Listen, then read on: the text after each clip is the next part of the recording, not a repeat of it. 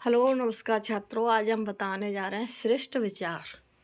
वक्त कब बदल जाए पता नहीं चलता। कामयाबी और किस्मत कभी भी बदल सकती हैं। राजा को रंक और रंक को राजा बना देती है। अंदाजा ताकत का लगाया जा सकता है, हौसलों का नहीं। भरोसा और आशीर्वाद कभी दिखाई नहीं देते, लेकिन असंभव को संभव बना देते हैं।